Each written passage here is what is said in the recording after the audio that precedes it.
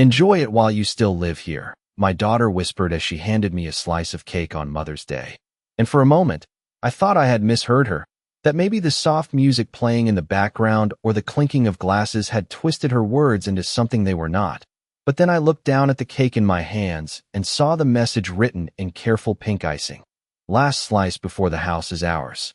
The room around me was filled with warm light and polite laughter, the kind that echoes in expensive dining rooms where everything looks perfect from the outside. And yet suddenly, none of it felt real anymore. Not the fresh flowers arranged along the table, not the smell of roasted chicken and sweet glaze, not even the familiar faces of my own children sitting just a few feet away from me. I lifted my eyes slowly, searching Ashley's face for any sign that this was some kind of joke, some strange, poorly timed attempt at humor. But she was already turning away, smiling at someone across the table as if nothing had happened, as if she hadn't just handed her own mother a message that felt less like a dessert and more like a quiet eviction notice. I smiled too, because that's what I've always done, because for 68 years I've learned how to keep the peace, how to smooth over uncomfortable moments before they turn into something worse, and I took a small bite of the cake, even though it suddenly tasted like nothing at all. No one else seemed to notice. Or maybe they did and chose not to say anything, because Daniel kept his eyes on his plate, cutting his food into careful pieces like he always does when he doesn't want to be part of a conversation. And Ashley continued pouring wine, laughing lightly, playing the perfect hostess in a house that, until that moment, I believed was still mine. I sat there, holding that plate a little tighter than necessary, feeling something shift quietly inside me. Not anger, not yet, but something colder, something clearer, like a fog lifting after a long time. And I realized that this moment, this simple slice of cake, wasn't just about a careless comment or an awkward joke. It was a glimpse into something that had been unfolding around me for far longer than I had allowed myself to see. The truth didn't arrive loudly. It didn't crash into me with raised voices or dramatic accusations. It slipped in quietly, hidden between frosting and polite smiles. And as I looked around that table, at the people I had spent my entire life loving, supporting, and trusting, I understood for the first time that I was no longer sitting among family the way I once had. I was sitting in the middle of something else entirely, something carefully arranged, something I had been slowly pushed out of, without even realizing it. And the most unsettling part was not the message on the cake, but how natural it seemed to everyone else. The rest of the afternoon unfolded as if nothing had happened, and that was what made it so unsettling, because everything looked exactly the way it always had on the surface, the same polished table, the same carefully chosen decorations, the same gentle hum of conversation drifting through the room, and yet I could not unsee what I had seen. I could not unread those words sitting quietly in pink icing as if they belonged there all along. I stayed in my seat long enough to avoid drawing attention, nodding when someone spoke to me, smiling when expected, but my thoughts had already begun to separate themselves from the moment, drifting backward through the past 2 years, searching for something I had missed.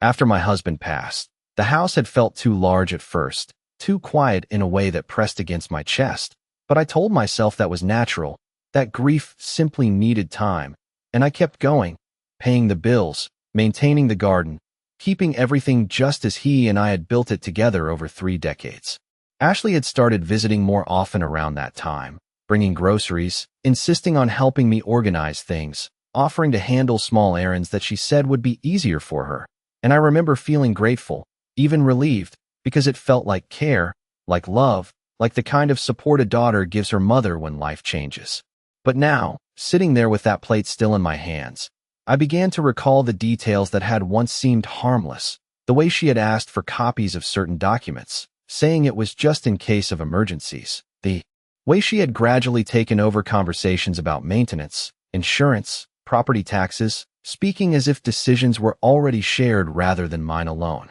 Daniel had changed too, though in a quieter way, becoming more distant, less present in conversations, often agreeing with Ashley without really looking at me, as if it were easier to follow her lead than to question anything. At the time, I told myself that was just how marriage worked, that he was supporting his wife, and I did not want to be the kind of mother who interfered, the kind people whisper about at gatherings. I had spent my entire life trying not to be that woman. The laughter at the table rose suddenly, someone making a joke I did not quite catch, and I realized I had not taken another bite of the cake, that it was still resting untouched on my plate. The message partially smudged now where my fork had pressed into the frosting, as if even that small act had begun to erase it, but the meaning remained, sharp and impossible to ignore. I set the plate down gently and reached for my water glass, my hand steady in a way that surprised even me, because inside, something had shifted into place, something quiet but firm,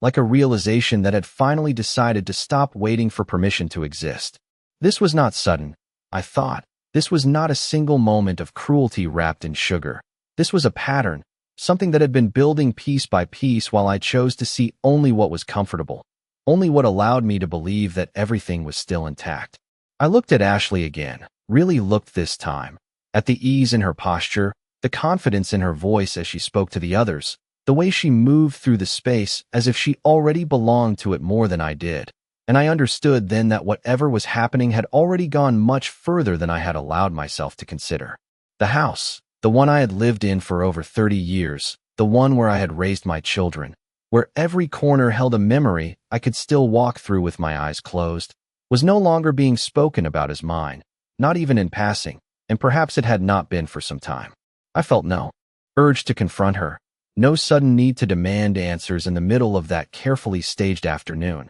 Because something deeper told me that whatever truth I was facing now would not reveal itself through arguments or raised voices. It would reveal itself through attention, through patience, through finally seeing what had been right in front of me all along. And as I sat there, surrounded by the people I once believed I understood completely, I made a quiet decision to start paying attention, in a way I never had before. That evening, after the last guest had left and the house fell back into its familiar quiet, I did not turn on the television like I usually did, and I did not pour myself a cup of tea to soften the silence. Instead, I stood in the kitchen for a long moment, looking at the sink filled with neatly stacked dishes, at the faint reflection of myself in the darkened window above it, and I realized that for the first time in years, I did not feel comforted by the routine of my own home. I felt watched by it, as if every object around me had been quietly witnessing something I had refused to see. I moved slowly through the rooms,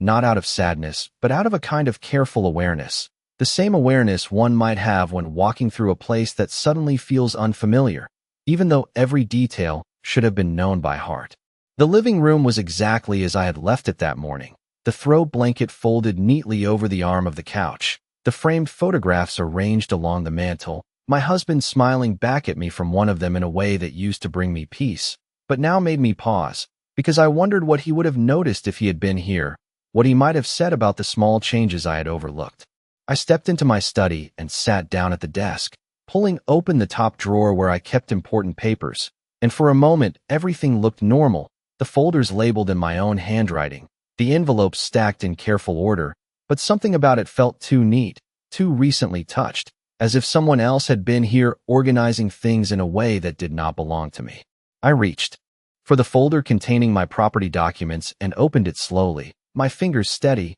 my breathing even, and I noticed right away that the papers were not in the same order I remembered, that a few pages seemed newer than the rest, their edges sharper, their placement slightly off, and it was such a small detail, so easy to dismiss, but I did not dismiss it this time. I sat there for a while, going through each page one by one, not rushing, not jumping to conclusions, just observing. And the more I looked, the more I realized how many things I had allowed to pass without question, signatures I had added because Ashley said it would make things easier, documents I had skimmed instead of reading carefully because I trusted her to explain what mattered, small decisions that had seemed practical at the time but now felt like pieces of something much larger. I closed the folder gently and leaned back in my chair, letting the silence settle around me again, but this time it did not feel empty. It felt full of meaning, full of connections that were beginning to form whether I wanted them to or not. I thought about Daniel,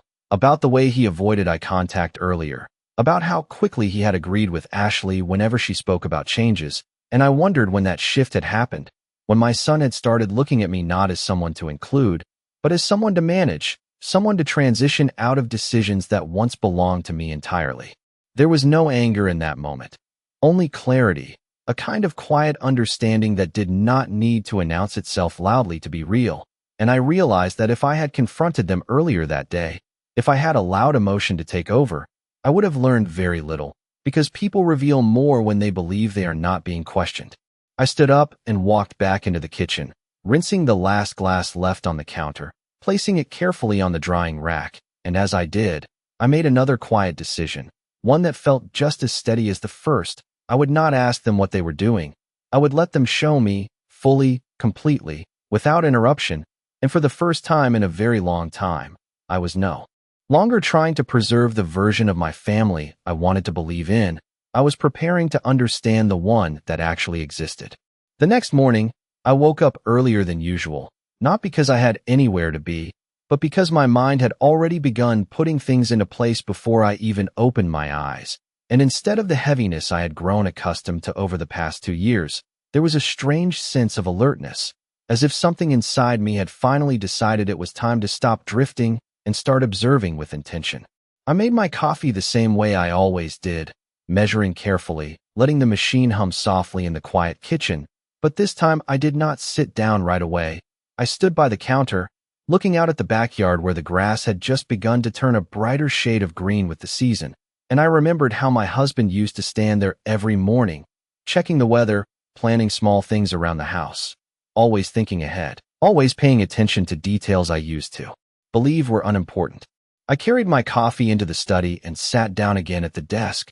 opening the same drawer as the night before, but this time I approached it differently, not as someone looking for reassurance, but as someone prepared to question everything. I pulled out the documents one by one, laying them flat across the desk, aligning them carefully, and I began reading each page slowly, not skimming, not trusting my memory of what I thought they said, but actually reading every line as if I were seeing them for the first time. It did not take long before the inconsistencies began to stand out more clearly, phrases that seemed too broad, sections that had been added in ways that shifted meaning without drawing attention, and signatures that, while still mine, were attached to documents I did not fully remember agreeing to in the way they were now presented. I paused when I reached a particular page, one that referenced a transfer of authority in limited circumstances, something Ashley had once described as a precaution, something temporary, something that would only be used if I needed help managing things, and I remembered how easily I had accepted that explanation at the time,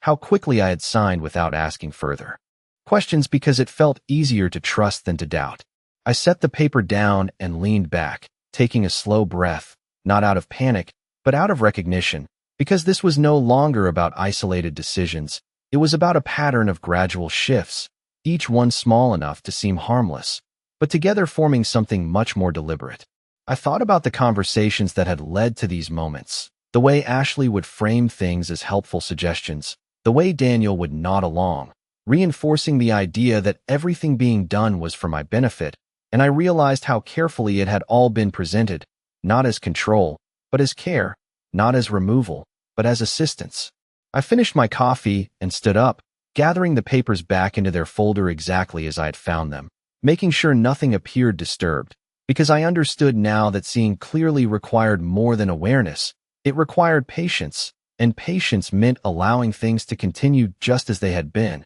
at least on the surface. As I closed the drawer, I caught my reflection again in the dark screen of the computer, and for a brief moment, I saw the version of myself I had been until yesterday, trusting, accommodating, always choosing harmony over confrontation, and then I saw something else begin to take its place, something quieter but far more grounded, someone who no longer needed to be told what was happening in her own home, because she had finally decided to see it for herself. I walked back into the kitchen, rinsed my cup, and placed it gently in the sink, and as I did, I knew that whatever came next would not be decided by them alone anymore, because for the first time since my husband was gone, I was no longer standing still inside my own life. I was moving again, carefully, deliberately, and without making a sound. 2 days later, the phone rang just after 9 in the morning, and I almost did not answer it, not because I was busy, but because I had already begun to notice how much silence can reveal when it is left undisturbed. But something about the timing made me pause, and I reached for the receiver, my voice calm, steady, the same as it had always been when I greeted someone on the other end. It was Mr. Henderson, my late husband's attorney, a man who had known our family for over 20 years, someone who had handled everything from our mortgage refinances to my husband's final arrangements. And hearing his voice brought with it a sense of familiarity that felt different now, sharper, more significant than it had in the past. He did not waste time with small talk, which was unlike him, and that alone told me that whatever he had to say was not casual. He mentioned that he had come across a document recently, something tied to a property review that required his attention, and while his tone remained professional, there was a careful weight behind his words, as if he were choosing them with more precision than usual. I listened without interrupting, my fingers resting lightly on the edge of the kitchen counter, my gaze fixed on nothing in particular, allowing each sentence to settle before the next arrived. He asked if I had recently authorized any changes related to the house, specifically anything involving shared authority or preliminary transfer discussions,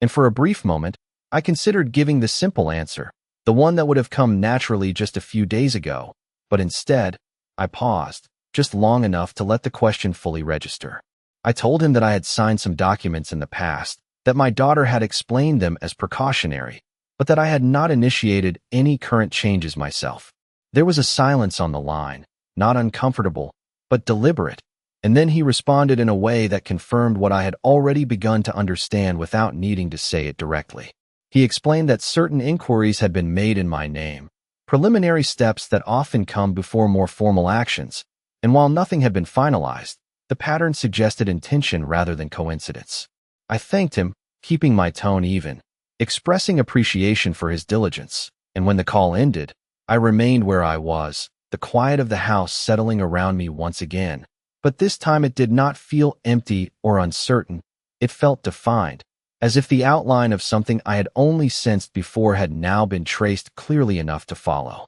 I did not feel shock, because the shock had already passed. It had been there in that dining room, in that moment with the cake, and what remained now was something steadier, something far more useful than surprise. I walked to the window and looked out at the driveway, at the space where Ashley's car had been parked just 2 days earlier, and I replayed the small details in my mind, the way she had moved through the house with confidence, the way she spoke about future plans as if they were already decided, and I realized that this was not something she feared being discovered. It was something she expected to complete without resistance. I turned away from the window and moved through the house again, this time not as someone searching for answers, but as someone confirming what she already knew, and every room felt slightly different, not because it had changed, but because I had. I understood now that the kindness I had accepted had come with quiet conditions, that the help I had welcomed had created access, and that access had slowly become control, not through force,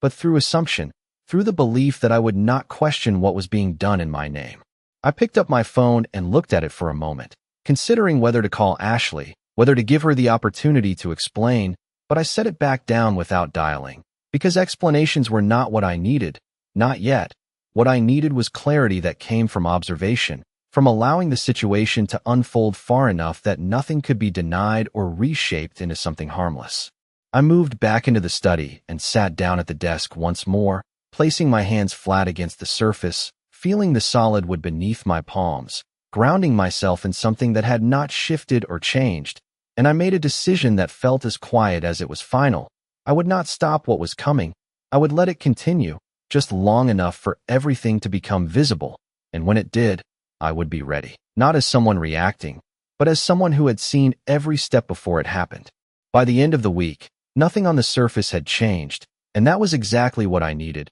because the absence of change allowed everything beneath it to continue moving without resistance, and I moved with it, quietly, carefully, without altering a single routine that Ashley had grown used to. I answered her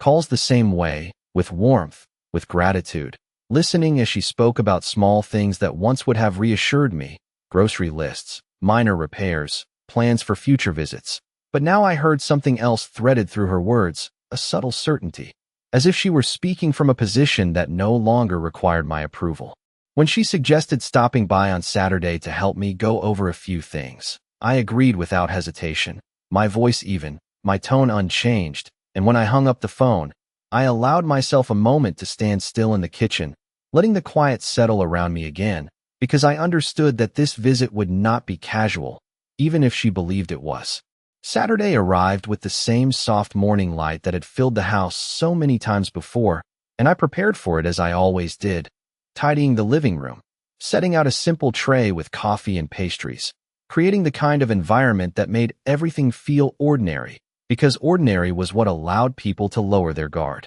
When Ashley walked in, she greeted me with the same easy smile, the same light embrace, and for a brief moment, it would have been easy to believe that nothing had shifted at all, but I watched more closely now, not her words, but her movements, the way her eyes scanned the room, the way she set her bag down with a familiarity that extended beyond comfort into something more possessive. Daniel arrived shortly after, quieter than usual, offering a brief greeting before settling into a chair, his attention already drifting toward whatever Ashley would say next, and I noticed again how naturally he deferred to her, how little space he left for anything else. We sat together at the table, cups of coffee warming our hands, and Ashley began speaking about practical matters, the house, the upkeep, the idea of making things simpler for me, her tone calm, reasonable, almost rehearsed in its gentleness, and I listened without interrupting, nodding at the right moments, asking small questions that revealed nothing but interest.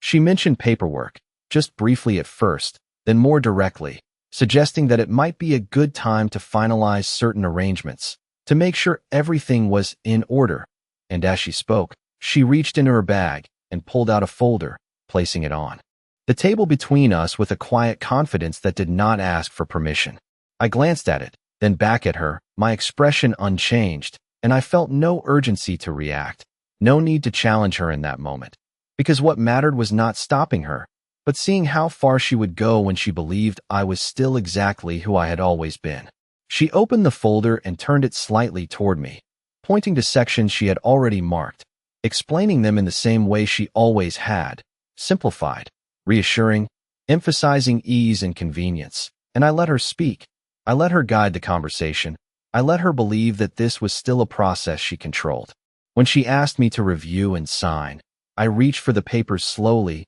not out of hesitation, but out of intention, and I read just enough to confirm what I already suspected, that this was not about assistance. It was about transfer, about positioning things in a way that would eventually leave me with less authority than I had ever agreed to give away. I set the pen down beside the papers instead of picking it up, and I smiled, not refusing, not agreeing, simply pausing, and I told her that I would like a little time to go through everything properly, that I wanted to make sure I understood all the details. And for the first time since she had walked into the house, I saw something shift in her expression. Just for a second, something small but unmistakable, a flicker of impatience, quickly covered by another smile, another gentle reassurance, that there was nothing complicated, nothing to worry about. I nodded again, thanking her for bringing everything, promising to look it over soon. And when the conversation moved on, when the tension softened back into polite normalcy, I understood that the balance had already begun to change,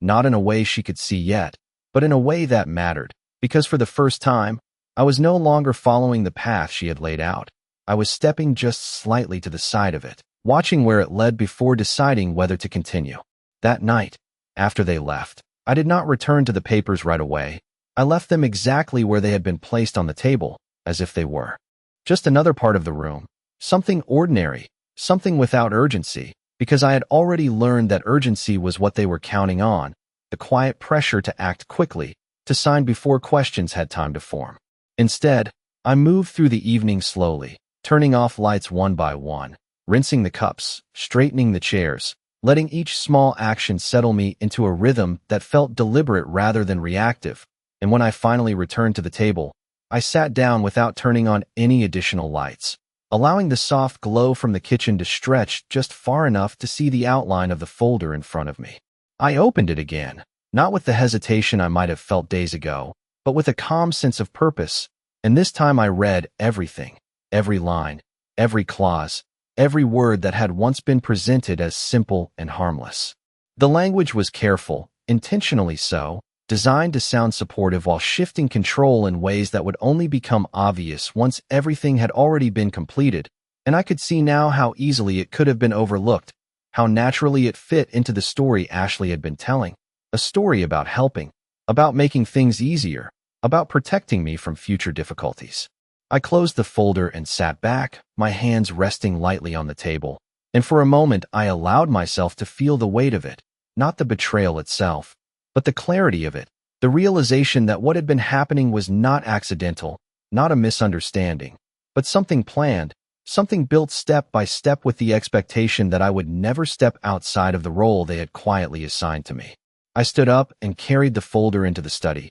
placing it in the drawer with the other documents, aligning it carefully so that nothing appeared disturbed, because appearance mattered now, not for them, but for me, for the position I was choosing to hold. The next morning, I made a call of my own, not out of panic, not out of anger, but out of intention, and when Mr. Henderson answered, I spoke with the same calm tone I had used before, asking if he would be available to review some documents with me in person, framing it as a simple request, something routine, something that did not require urgency, even though I understood exactly how important it was. He agreed without hesitation, suggesting a time early the following week, and when I thanked him and ended the call, I felt something settle into place, not relief, but readiness. The days that followed continued as they always had on the surface. Ashley called once more to ask if I had had a chance to look at the papers, her voice light, almost casual, and I told her that I was still going through them,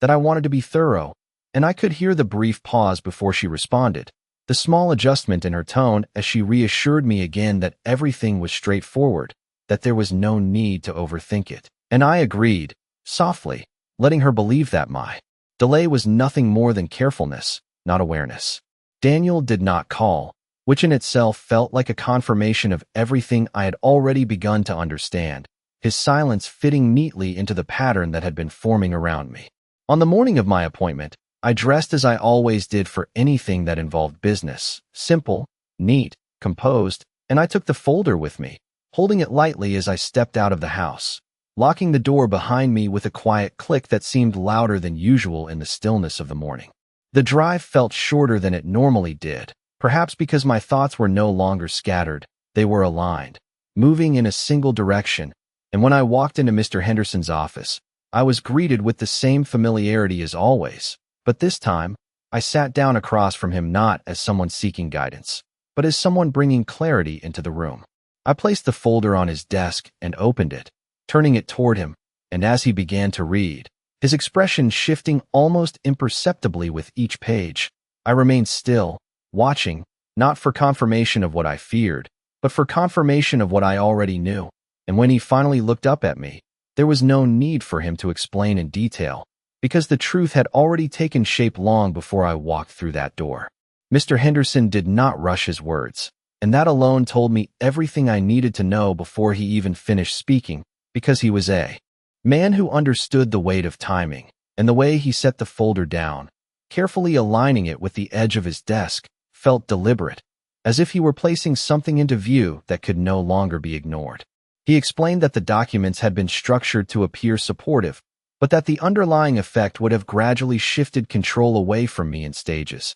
each one small enough to avoid raising concern until it was too late to easily reverse. And while nothing had been finalized yet, the trajectory was clear, the intent unmistakable. I listened without interrupting, my hands resting in my lap, my posture steady, because there was no part of me that needed convincing anymore, only confirmation. And when he finished, I nodded once, acknowledging not just his explanation, but the path that had led me there. We discussed options, quietly, carefully, not in terms of reaction, but in terms of positioning. What could be reinforced? What could be clarified? What could be protected before anything else moved forward? And I realized that the power in the room had already shifted, not because of anything dramatic, but because I was no longer unaware. He suggested updating certain documents, placing clear boundaries around authority, ensuring that nothing could proceed without my direct and explicit consent, and I agreed, not out of fear,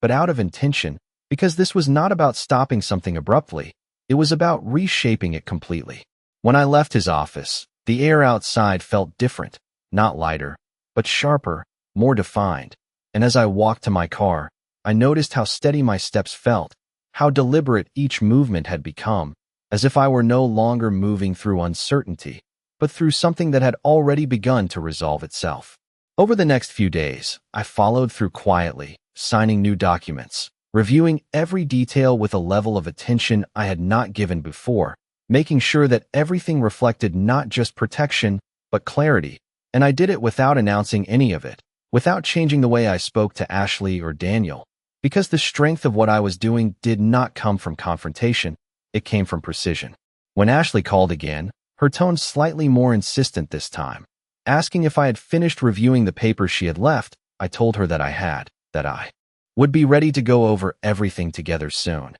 and I suggested that we meet again at the house, just the three of us, framing it as a continuation of what she had started, and I could hear the subtle satisfaction in her voice when she agreed, as if she believed that everything was still moving exactly as she had planned. I set the time for early evening, knowing how the light would fall through the windows at that hour, how the house would feel both open and contained, a space where everything could be seen clearly without feeling exposed. And when the day arrived, I prepared the same way I always had, setting the table, arranging everything with care, creating an atmosphere that gave nothing away. When Ashley and Daniel walked in, they greeted me as they always did, their expressions relaxed, their movements familiar, and for a moment, it would have been easy to believe that this was just another conversation, another simple step in a process that had already been decided, but I knew better now. We sat down together, the folder she had brought last time resting between us once again, and I watched as she reached for it,